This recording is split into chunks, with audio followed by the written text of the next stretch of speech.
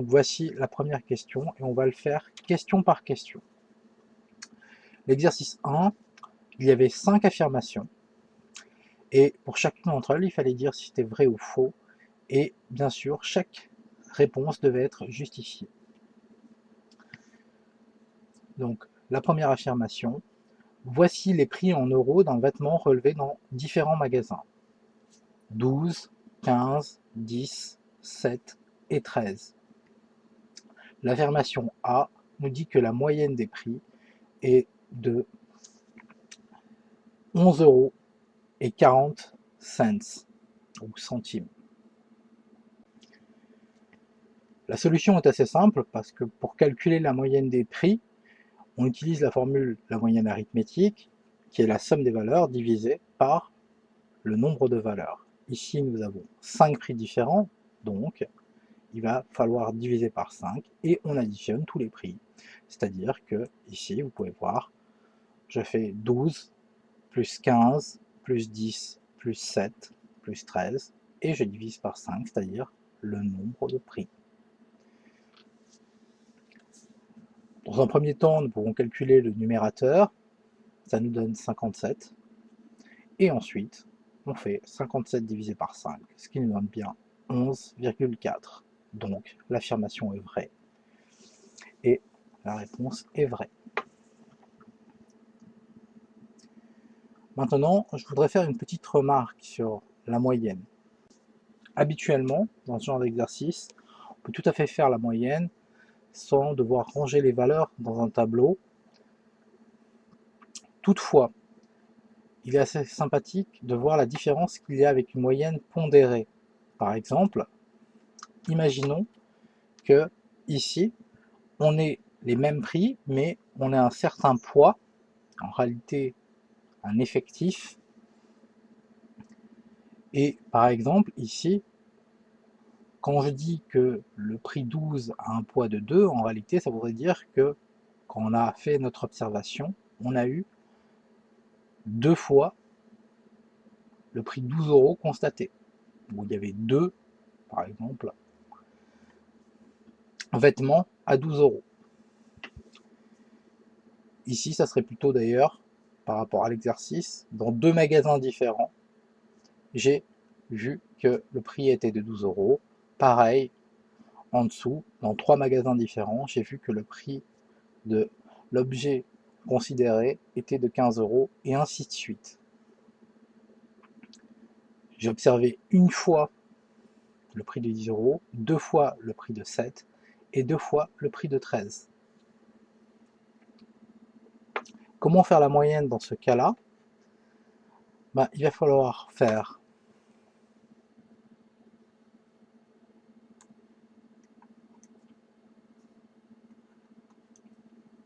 12 fois 2 plus 15 fois 3 plus 10 fois 1 plus 7 fois 2 plus 13 fois 2, et ensuite il va falloir additionner tous les poids et en fait toutes les observations, le nombre d'observations, pour pouvoir obtenir le nombre de prix considérés. Ainsi, en termes calculatoires, on se retrouve avec ceci. Maintenant, il ne nous reste plus qu'à calculer la moyenne pondérée. Elle se calcule comme je viens de le dire. Et donc le numérateur sera 12 fois 2 plus 15 fois 3 plus 10 fois 1 plus 7 fois 2 plus 13 fois 2. Le tout sera divisé par le nombre d'observations, mais ici, j'aurais envie de dire que c'est plutôt la notion d'effectif total, la somme des effectifs, que l'on va utiliser au dénominateur, c'est-à-dire 2 plus 3 plus 1 plus 2 plus 2. On calcule d'abord le numérateur, donc toujours 12 fois 2 plus 15 fois 3 plus etc.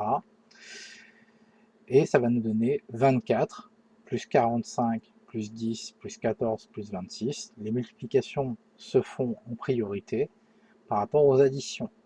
Et ainsi, on obtient 119. Finalement, il suffit de diviser par la somme des poids, qui ici faisait 10, vous pouvez vérifier, 2 plus 3 plus 1 plus 2 plus 2, ça fait 10, et par conséquent, la moyenne pondérée sera 119 divisé par 10, autrement dit, 11,9.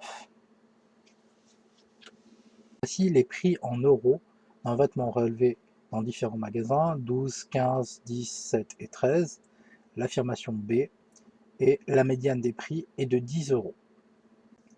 Ce qu'il ne fallait surtout pas faire, bien sûr, c'était de prendre directement la série statistique et de se dire bah, la valeur centrale est 10, par conséquent la médiane est 10. Lorsqu'on est en face de ce genre d'exercice, il faut absolument ordonner ou réordonner plutôt la série statistique en ordre croissant. La deuxième chose qu'on devrait vérifier, c'est le nombre de valeurs qu'il y a dans cette série statistique. Ici, il y en a 5, mais tout simplement, on va dire que la médiane est la valeur au milieu. Mettez des petits guillemets si vous citez cette phrase-là, autour de au milieu de cette série statistique ordonnée. Et ici, donc, la médiane sera de 12. Donc, l'affirmation est fausse et la médiane n'est pas de 10. Une petite chose, toujours bien compter le nombre d'éléments de la série statistique, car justement, il y a une différence lorsque le nombre d'éléments est impair et le nombre d'éléments est pair. Lorsque le nombre d'éléments est impair, c'est assez facile de cibler la valeur centrale, et en fait, la médiane de la série statistique ordonnée. Et pour vous donner une idée, si n est un nombre impair et que la série statistique contient n éléments, alors la médiane sera la valeur de rang n plus 1, le tout divisé par 2. Vous voyez ici, il y avait 5 éléments. 5 plus 1 divisé par 2, ça fait 3. Et on peut compter ici le troisième élément de la série statistique, ou l'élément de rang 3 dans la série statistique, est bien 12. C'est une petite remarque. Maintenant, justement, il faut absolument connaître le cas où le nombre d'éléments est pair. La médiane est la valeur qui sépare une série statistique de données en deux parties égales. Si le nombre de valeurs est impair, la médiane est la valeur du milieu en quelque sorte, et elle est facile à trouver, comme je viens de le faire. Maintenant, si le nombre de valeurs est pair, la médiane va être la moyenne des deux valeurs centrales, à condition que ceci ait un sens d'ailleurs. On devrait toujours préciser que ceci doit avoir un sens. Donc ici, par exemple, j'ai donné un exemple dans lequel on était dans le même cadre, on avait relevé des prix de vêtements et on avait eu ceci comme prix de vêtements relevé, 12, 15, 10, 7, 13 et 8. Maintenant, on va réordonner les prix. Ça, c'est la première chose qu'il y a à faire, que le nombre d'éléments de la série statistique soit pair ou impair, peu importe. On est censé réordonner les prix pour trouver la médiane. Et ensuite, ici, il va falloir compter le nombre d'éléments, et il y en a 6. 6 est un nombre pair. Vous pouvez compter les éléments, 1, 2, 3, 4, 5, 6, sans problème. Et vous pouvez même noter les rangs des éléments. 1, 2, 3,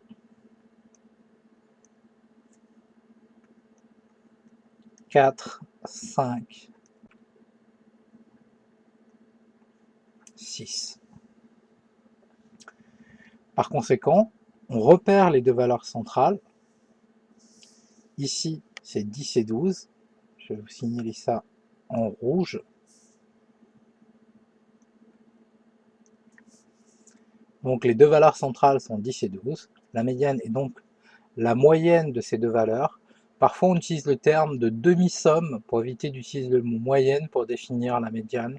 C'est pas très joli du point de vue, on va dire, de la pédagogie. Et donc, 10 plus 12, le tout divisé par 2, ça fait 11. Ici, 11 est un résultat acceptable parce que 11 € est une valeur possible. Maintenant, lorsque j'ai dit que si le nombre de valeurs est pair, on doit faire la moyenne entre les deux valeurs centrales, j'ai fait une remarque en disant si cela a du sens. Imaginez, je ne sais pas, que 11 n'existe pas. On pourrait imaginer par exemple que c'est des numéros de vêtements, un certain type de vêtements, et que en fait, le numéro 11 n'existe pas. Imaginez par exemple que vous ayez plutôt des modèles de PlayStation ou quoi que ce soit, et admettons que dans les deux valeurs centrales, voilà, vous avez la PlayStation 1, la PlayStation 2, la PlayStation 3, la PlayStation 4. Normalement, si je fais la médiane, je devrais obtenir la PlayStation 2,5, à condition que tous les effectifs soient égaux à 1 par exemple, ou soient égaux entre eux. Mais la PlayStation 2,5 n'existant pas, on prendra la valeur la plus grande des deux. Ça sera une habitude lorsqu'on fait un calcul de médiane. Il n'y aura pas ce piège le jour du brevet.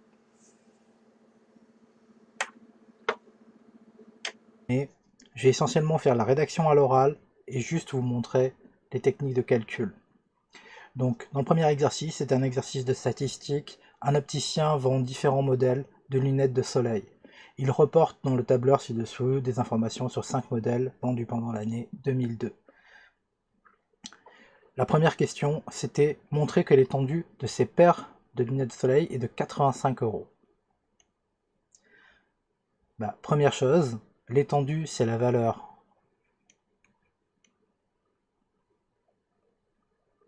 maximale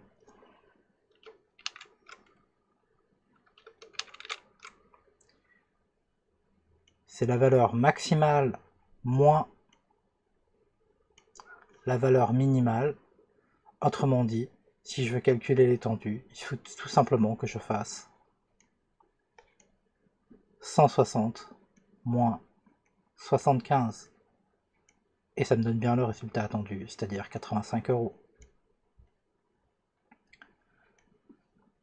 Bien sûr, sur une copie, on attend quand même que la question soit reprise et qu'on fasse une phrase du genre « L'étendue des prix de ces paires de lunettes de soleil et la différence entre la valeur maximale et la valeur minimale des prix, autrement dit 160 moins 75, on fait le calcul et c'est bien égal à 85 €. La question numéro 2, c'est quelle formule doit-on saisir dans la cellule G2 pour calculer le nombre total de paires de lunettes? Autrement dit, cette case-là. Tout simplement, il va falloir faire la somme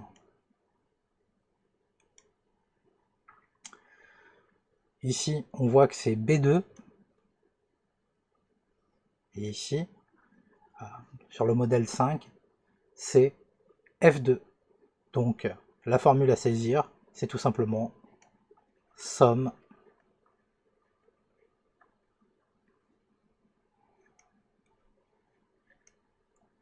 B2 F2. Et ça fera la somme de tous les éléments.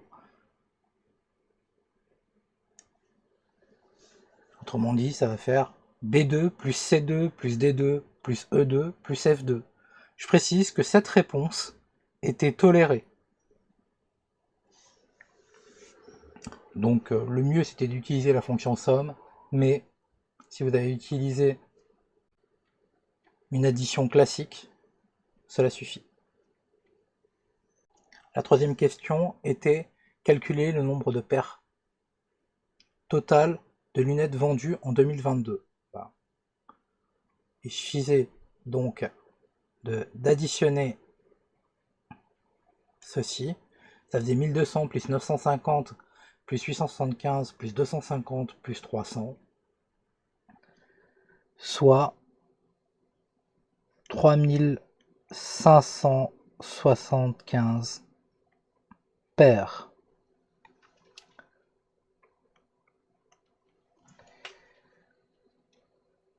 Bien sûr, vous étiez censé faire une petite phrase. Le nombre total de paires de lunettes de soleil vendues en 2022 est de 3575 paires.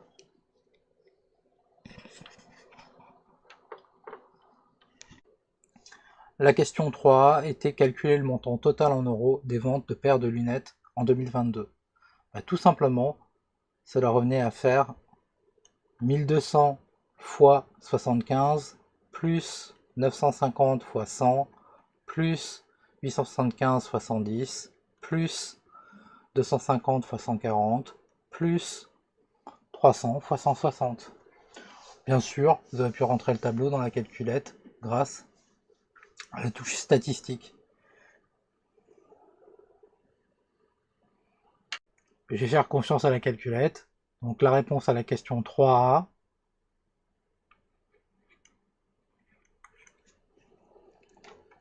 est 364 250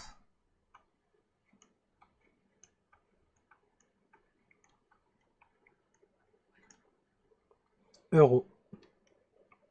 N'oubliez pas d'indiquer euros. J'espère que vous ne l'avez pas oublié. Et bien sûr, une phrase.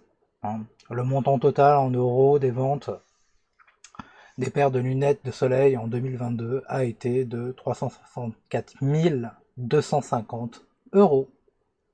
Dans la question numéro 3B de l'exercice 1, on nous demandait de calculer le prix moyen d'une paire de lunettes de soleil vendues en 2022, arrondi au centième près. D'après la question 2B, on savait que l'effectif total, comme on avait noté grand N, une notation assez standard, était de 3575.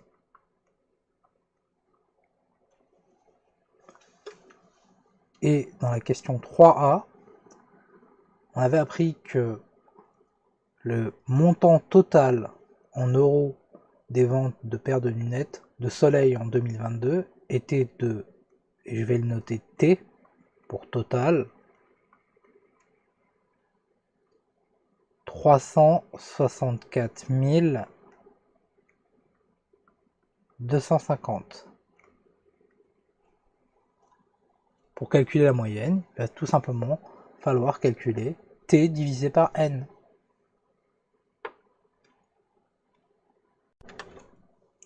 Ainsi, la moyenne, que l'on a l'habitude de noter avec un X et une petite barre, c'est une notation assez standard pour la moyenne, est égale à T divisé par N, soit 364 250 divisé par 3575. On prend la calculette et cela nous donne que la moyenne est d'environ